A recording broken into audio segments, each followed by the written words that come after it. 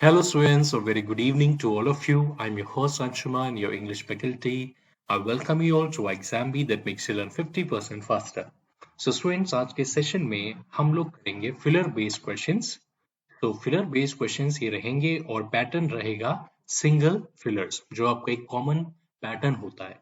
So first question आपके सामने यहाँ पर रहा. You can pause the video और you can take your time and try to understand कि सेंटेंस क्या कह रहा है. ठीक है. और जो ऑप्शंस हैं उनको भी आप देखिए कि ऑप्शंस क्या मतलब निकाल रहे हैं, है ना. हमेशा जो मैं आपको कहता हूं कि एक टेक्निक जो आप इस्तेमाल करते हैं वो होता है कि क्या सेंटेंस को आप समझते हैं, यू ट्राई टू अंडरस्टैंड कि सेंटेंस जो है वो पॉजिटिव या नेगेटिव जो सेंस है वो क्या दे रहा है, you know. Is it talking about a positive sense, is it giving a negative sense और what. And then try to see the answer and try to correlate the options, है ना, विद द ब्लैंक, कि क्या यहाँ पर वो correct option होगा या नहीं होगा. दूसरा एक चीज होती है कि you try to find out the parts of speech. तो ब्लैंक में यहाँ पर हमें क्या चाहिए, क्या हमें एक नाउन चाहिए, वर्ब चाहिए, एडवर्ब चाहिए, एडजेक्टिव चाहिए, हमें क्या चाहिए, है ना. उसके बेसिस पर आप फाइंड आउट करते हैं क्या आपका ऑप्शन. तो अगर आपको एक नाउन यहाँ पर चाहिए, so try to find out कि ऑप्शन में से एक नाउन है ना, या नहीं है. अगर एक एडजेक्टिव चाहिए तो ट्राई टू फाइंड आउट कि एक एडजेक्टिव है या नहीं है. So these are some tricks that you use, right. और अगर आपको मतलब पता है ऑप्शंस का तो बहुत अच्छी बात है. ठीक है. It will be easy for you to identify the correct answer. Okay. So let's go with the first question. The explorers journal vividly describe the. एक एक्सप्लोरर की यहाँ पर बात कर रहे हैं और उसके जनरल के बारे में यहाँ पर बात कर रहे हैं. जनरल यानी जिस पर एक diary writing, kind of diary writing, right, जिस पर आप अपना डेली का एक्सपीरियंस आप लिखते हैं, आप रिकॉर्ड करते हैं what ever you have seen. तो वो विविडली, विविडली एक एडवर्ब है यहाँ पर. विविडली का मतलब बिल्कुल क्लियरली. तो वो क्या डिस्क्राइब करता है ना. Describe the dash landscape. Landscape is a noun here और उससे पहले एक ब्लैंक, यानी यहां पर जो वर्ड आना चाहिए that should be an adjective, जो डिस्क्राइब करेगा कि लैंडस्केप जो है वो किस तरीके का लैंडस्केप है. Of the uncharted territory. Uncharted का मतलब होता है something that is not surveyed, जिसका सर्वे नहीं किया गया. एक ऐसी territory filled with towering mountains and lush valleys. So हमें चाहिए एक एडजेक्टिव. वर्डेंट एक एडजेक्टिव है, नेबुलस एक एडजेक्टिव है, इक्विवोकल एक एडजेक्टिव है और जोवियल भी एक एडजेक्टिव है. चारों यहां पर क्या है, एक एडजेक्टिव है, राइट. तो अब हमें देखना है अब इनका मतलब क्या होता है. देखिए, जोवियल का मतलब सबको पता है. जोवियल एक बहुत ही कॉमन वर्ड है जिसका मतलब आपको जरूर पता होना चाहिए. जोवियल मतलब होता है something that is of happy nature, something that is of cheerful nature, है ना. यानी खुश मिजाज, जो क्या है, कुछ हैप्पी है ना, चीयर से भरा हुआ है. सो जोवियल. सो जोवियल लैंडस्केप, कहने को जोवियल लैंडस्केप हम कह सकते हैं, लेकिन हमें एक और भी ऑप्शंस देखने हैं. एट लास्ट जाकर के हम एक बेटर अल्टरनेटिव फाइंड आउट करेंगे, right. Equivocal. The word equivocal means something that gives more than one inferences, something that is something that is ambiguous, something that is not confirmed, जो definite नहीं है और जो एक से ज्यादा जिसके भावार्थ हो सकते हैं, right. The नेबुलस. The word नेबुलस means something that is not clear और समथिंग दैट इज foggy, जो क्या है, क्लियर नहीं है या जो धुंधला सा है, nebulous. And then option A, verdant. Verdant का मतलब होता है हरा भरा या ग्रीन, है ना, और ग्रीनरी, फुल ऑफ ग्रीनरी. तो अगर देखें one, A, B and D, A B D आपको यहां पर लग सकता है कि ये तीन हो सकते हैं, बट इक्विवोकल जो शब्द है वो यहां पर लैंडस्केप के लिए करेक्ट नहीं होगा, मतलब आपको बता दिया है. अब अगर इन तीनों में से हम देखें तो वर्डेंट जो एक यहाँ पर एडजेक्टिव है, ये लैंडस्केप को ज्यादा बेहतर तरीके से क्या करता है, डिस्क्राइब करता है ना. क्योंकि सेंटेंस में अगर हम देखें तो सेंटेंस कह रहा है कि fill with towering mountains and lush valleys, यानी जो सेंटेंस है वो एक पॉजिटिव सेंस यहाँ पर दे रहा है, लेकिन आपका नेबुलस जो शब्द होगा वो उतना यहाँ पर करेक्ट नहीं होगा। ए और डी में से दोनों पॉजिटिव सेंस यहाँ पर प्रकट एक्सप्रेस कर रहे हैं, राइट। तो जोवियल जो है, जोवियल और वर्डेंट में से यहाँ पर जो ज्यादा करेक्ट वर्ड होगा that will be verdant. That means हरा भरा एक सुंदर एक लैंडस्केप, सुंदर एक सी, है ना। So verdant will be correct answer here, right.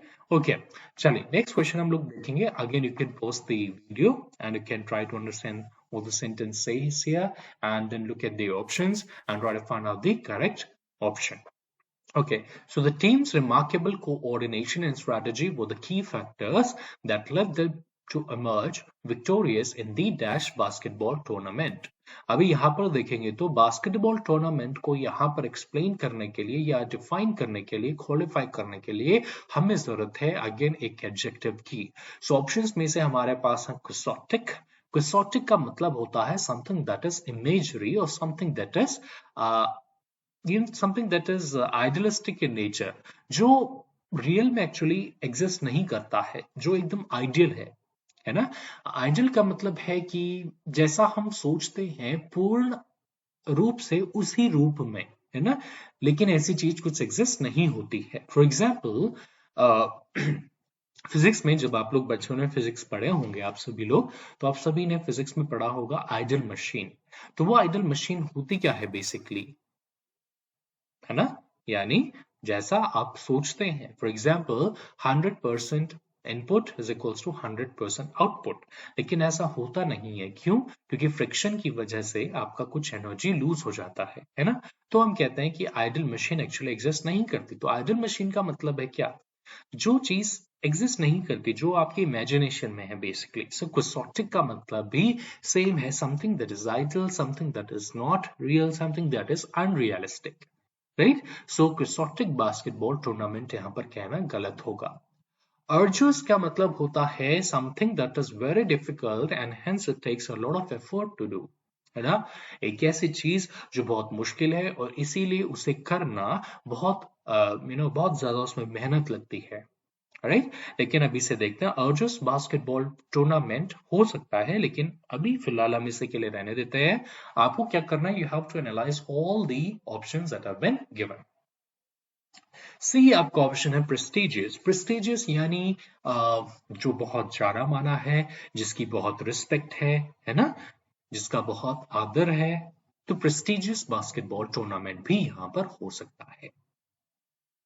Then the word innocuous. Innocuous का मतलब होता है something that is not harmful in nature, है ना। लेकिन यहाँ पर बास्केटबॉल टूर्नामेंट को innocuous कहना कुछ सेंस एक अच्छा नहीं बनाएगा। सो आपके दो यहाँ पर हो सकते हैं बी या सी। तो इसमें से जो एक ज्यादा बेहतर अल्टरनेटिव होगा वो होगा प्रेस्टिजियस। प्रेस्टिजियस बास्केटबॉल टूर्नामेंट यानी वो दे इमर्ज विक्टोरियस, यानी वो क्या एकदम विनर के रूप में वो निकल करके आए, है ना। कहा? एक प्रेस्टिजियस बास्केटबॉल टूर्नामेंट में, एक अच्छे जाने माने, है ना, सम्मानित बास्केटबॉल टूर्नामेंट में। तो आपका आंसर होगा यहाँ पर सी। चलिए नेक्स्ट क्वेश्चन देखेंगे। Comedians' witty jokes and humorous anecdotes had the entire audience in dash with laughter echoing through the auditorium. अभी देखिए यहां पर आपको जरूरत है एक नाउन की, है ना, और चारों ऑप्शन आपके एक्चुअली नाउन है। अभी देखिए अगर कोई कमेडियन है जो अच्छे अच्छे जोक सुना रहा है ना, बहुत ही ह्यूमरस मजाक से भरी कुछ स्टोरीज वो सुना रहा है, तो ऑडियंस या सुनने वाले जो लोग होंगे वो कैसे स्थिति में होंगे? क्या वो ट्रैंक्विलिटी की स्थिति में होंगे? ट्रैंक्विलिटी का मतलब होता है बिल्कुल साइलेंस, क्वाइटनेस, है ना, शांत माहौल। तो ये बिल्कुल गलत होगा। जुबिलेशन, जुबिलेशन यानी बहुत ज्यादा खुश, ये एक पॉसिबल आंसर हो सकता है। परप्लेक्सिटी, परप्लेक्सिटी का मतलब है कंफ्यूज्ड। अगर आपको एक ऐसा जोक है जो आपको नहीं समझ में आया तो आप क्यों हंसेंगे, है ना। That means if you are confused why would you laugh. तो आप बिल्कुल, अगर कोई भी एक जोक बहुत विटी है ना, ह्यूमरस है, तो आपको हंसी आएगी, ना कि आप कंफ्यूज होंगे। देन स्टेग्नेशन, स्टेग्नेशन का बेसिकली मतलब होता है एक रुकी हुई स्थिति, है ना। फॉर एग्जाम्पल हम लोग कहते हैं स्टेगनेंट वाटर, यानी ऐसा पानी जो रुका हुआ है। सो स्टेग्नेशन का एक मतलब हो सकता है इनएक्टिविटी, यानी कुछ ऐसी चीज जो बोरिंग है क्योंकि उसमें कोई इनएक्टिविटी नहीं है। तो स्टेग्नेशन का मतलब, जो स्टेग्नेशन जो यहाँ पर होगा वो भी गलत वर्ड होगा। हमें यहाँ पर चाहिए एक positive word, so jubilation will be your correct word here. Jubilation यानी कॉमेडियन के अच्छे अच्छे जोक्स ने जो ऑडियंस थी, जो लोगों को थे, उनको बिल्कुल खुश कर दिया हंसा करके, राइट। चलिए नेक्स्ट क्वेश्चन देखेंगे।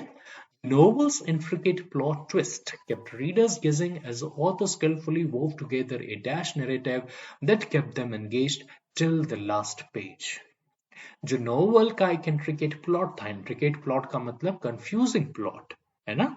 तो उसमें जो काफी ट्विस्ट थे तो रीडर्स बिल्कुल गैस करते रह गए, यानी ऐसी चीज जो बहुत ज्यादा डिटेल्ड होगी, जो आपको इजीली समझ में नहीं आ रही है, तो वो चीज कैसी होगी। As the author skilfully wove together, किस तरीके का वो नैरेटिव होगा जिससे कि जो रीडर्स हैं वो एकदम एंगेज हो जाए नोवेल को पढ़ने के लिए टिल द लास्ट पेज। अगर ऑप्शन ए देखें तो कॉन्ट्राइव्ड, कॉन्ट्राइव्ड का मतलब होता है क्या। कॉन्ट्राइव्ड का मतलब यहाँ पर है something that is not natural, something that is made, है ना। कॉन्ट्राइव्ड बनाया हुआ, ये सिंथेटिक और आर्टिफिशियल यू कैन से, यहाँ पर बिल्कुल आउट ऑफ कॉन्टेक्स्ट ही होगा। सीरीन, सीरीन का मतलब होता है बिल्कुल क्वाइट, है ना, तो यहाँ पर गलत होगा। कैप्रिशियस, कैप्रिशियस का मतलब होता है something that is marked with change in mood frequently, है ना। जो क्या है मूड में, या जो किसी का एक इमोशनल स्टेट है वो बहुत फ्रिक्वेंटली चेंज होता है। सो कैप्रिशियस यहाँ पर एक करेक्ट वर्ड हो सकता है। पजल्ड, पजल नरेटिव गलत होगा, है ना। हम पजलिंग नरेटिव कह सकते हैं but puzzled would be wrong. So capricious यहाँ पर correct होगा। capricious का यहाँ पर मतलब होता है क्या, something that is what, है ना, something that is unpredictable, something जिसमें कुछ भी कभी भी हो सकता है, यानी change in mood। इसीलिए रीडर्स को वो क्या लगा, बिल्कुल वो गैस करते रह गए और बिल्कुल वो एंगेज रह गए टिल द लास्ट पेज। सो कैप्रिशियस यहाँ पर हमारा करेक्ट आंसर होगा। Next question देखेंगे, the chef's culinary creations were a harmonious blend of flavors, a true dash of the art of cooking. हम यहाँ पर एक शेफ के एक अच्छी culinary, culinary का मतलब होता है किचन रिलेटेड या फूड रिलेटेड, तो क्रिएशन हम उसकी बात करें शेफ की culinary creations की, जो एक क्या है बैलेंस्ड मिक्सचर है किसका, डिफरेंट फ्लेवर्स का, तो ये है क्या, a true culmination of the art of cooking. यहाँ पर करेक्ट वर्ड होगा कल्मिनेशन। कल्मिनेशन का मतलब है एक फाइनल पॉइंट, ये है ना, ये एक फाइनल लेवल, एक हाईएस्ट पॉइंट, तो इससे बेहतर कुछ हो ही नहीं सकता, कहने का ये मतलब है। कॉनंड्रम का मतलब होता है अ डिफिकल्ट सिचुएशन, या एक डिफिकल्ट या एक confusing situation, a difficult problem. यहाँ पर बिल्कुल ऑपोजिट इसका मतलब होगा, तो ये गलत होगा। लेमेंटेशन का मतलब होता है मॉर्न करना, रोना, है ना, पछतावे में रोना, या कुछ बुरा हुआ है तो उसकी वजह से रोना, मॉर्न करना। So this will be incorrect. Desolation का मतलब होता है एक ऐसी स्थिति जहां पर आप डिसअपॉइंटेड है, सैड है, सो this will B also incorrect. So the correct word would B culmination. Next हम देखेंगे, the documentary offered a dash view of the lives of endangered species, shedding light on the challenges they face in their natural habitats. Sombre का मतलब है something that is dark, है ना, बुरा। Candid का मतलब है स्ट्रेट फॉरवर्ड। एब्सर्ड का मतलब होता है बिल्कुल नॉनसेंस, जिसका कुछ मतलब नहीं होता है। और बिनाइन का मतलब होता है something that is gentle and generous, है ना, दयालु या देने वाला, ठीक है। So documentary offered what kind of view, endangered species, ऐसी स्पीशीज जो क्या है, खत्म होने वाली है। So the correct word would be candid. Candid view का मतलब होगा स्ट्रेट फॉरवर्ड व्यू, बिल्कुल एक सच्चा व्यू, एक सच्चा दृश्य, एक बिना यू नो घुमा फिराए, विदाउट बीटिंग द बुश, ठीक है, एक candid view. So the correct word would be B, seventh हम देखेंगे the ancient castle stood as a dash of a bygone era. एक ऐसा जमाना जो चला गया है, बाइगॉन एरा, है ना। Its walls holding stories of battles and noble gatherings from centuries past. ये कह रहे हैं कि एक एंशियंट कैस्टल किस तरीके से खड़ा है, किस रूप में खड़ा है, जो उसका एक प्रतीत है किसका, उस जमाने का या उस टाइम पीरियड का जो भी चला गया। So remnant would be a correct answer here. Remnant का मतलब होता है something that is what we can say debris हो सकता है इसका मतलब, या रिमेन्स, है ना। जैसे आपने देखा होगा कोई भी जो पुरानी सिविलाइजेशंस होती हैं, जैसे मोहनजोदारो आपका हो गया, है ना, इंडस वैली सिविलाइजेशन आपका हो गया। तो जब आप उन जगहों पर जाते हैं तो आपको क्या दिखते हैं, आपको टूटे फूटे घर आपको दिखाई देते हैं, आपको कुछ बर्तन आपको दिखाई देते हैं, है ना। तो उस समय की चीजें, कुछ आइटम्स आपको दिखाई देते हैं जो बिल्कुल टूटी हुई या एक बुरी स्थिति में होती हैं, है ना। सो बेसिकली जो कुछ बचा हुआ हिस्सा होता है उस सिविलाइजेशन का, उस टाइम पीरियड का, तो रेमिनेंट होते हैं रिमेन्स। तो करेक्ट वर्ड यहां पर होगा रेमिनेंट, राइट। मिराज, मिराज क्या है, मिराज होता है क्या, बेसिकली एन इल्यूजन। जैसे रेगिस्तान में आप जाते हैं तो रेगिस्तान में सूर्य की जो रोशनी पड़ने से आपको सामने ऐसा लगता है कि कहीं दूर क्या है, कोई नदी है या कोई एक पॉन्ड है, कोई तालाब है, लेकिन एक्चुअल में वो तालाब वहां पर नहीं होता। It's basically an illusion. So mirage is that. Discord क्या होता है, डिस्कॉर्ड मतलब होता है डिसएग्रीमेंट, है ना, डिसएग्रीमेंट या मिसमैच।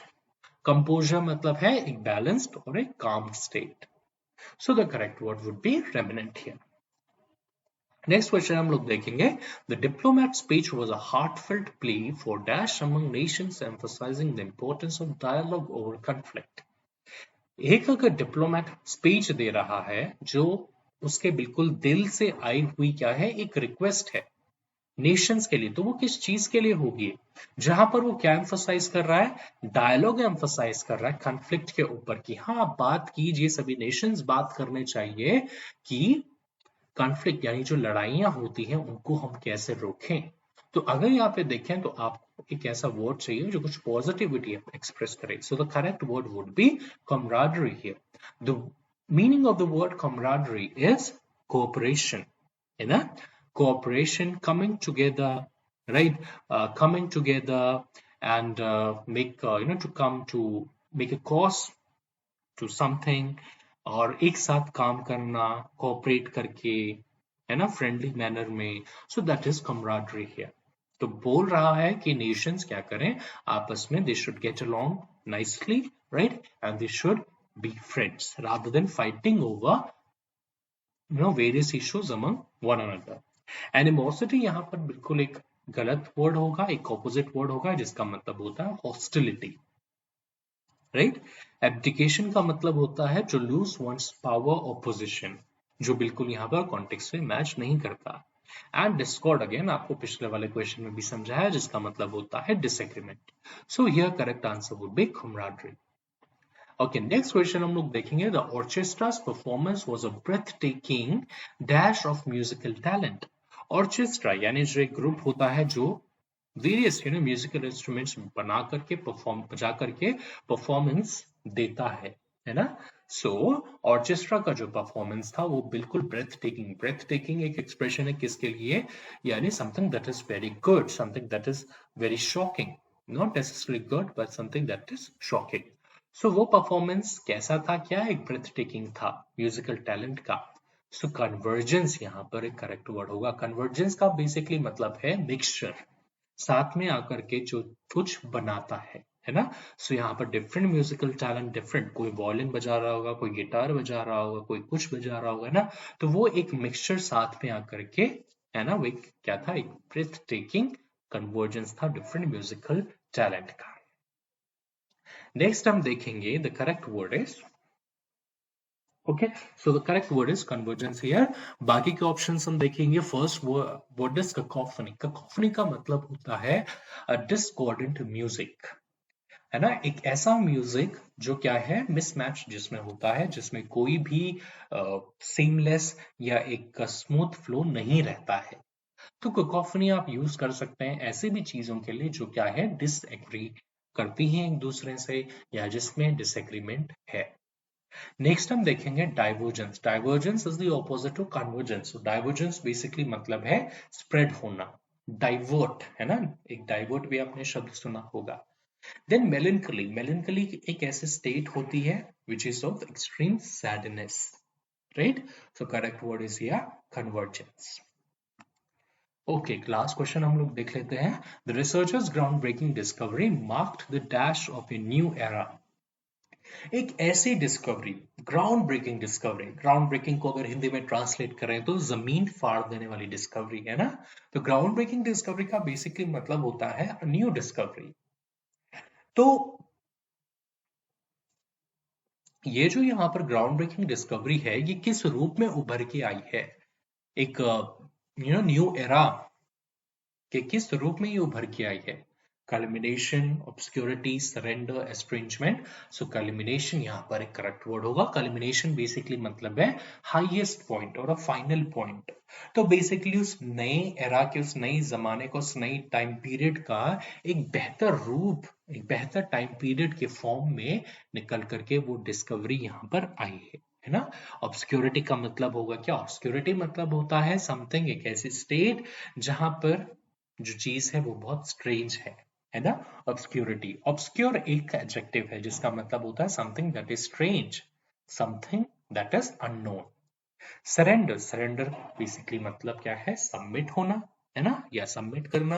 और एस्ट्रेंजमेंट का मतलब होता है अनफ्रेंडलीनेस, है ना। एक ऐसी स्टेट जब आप एक दूसरे से जो फ्रेंडलीनेस है या एक जो एक फ्रेंडशिप का एक रिलेशन है वो खत्म हो जाता है, या फिर लोग बिल्कुल स्ट्रेंजर्स के रूप में वो भर करके एक दूसरे के सामने आते हैं। सो the correct word is here culmination. So this was all for today, guys. Thank you so much for watching this video. If you like this video, please do click the like button and do subscribe our channel. And if there is any request from your end कि आप चाहते हैं कि एक particular topic पर video लाई जाए, तो आप वो भी comment में लिख करके हमें बता सकते हैं. So thank you so much once again. Have a good day. Take care. Bye bye.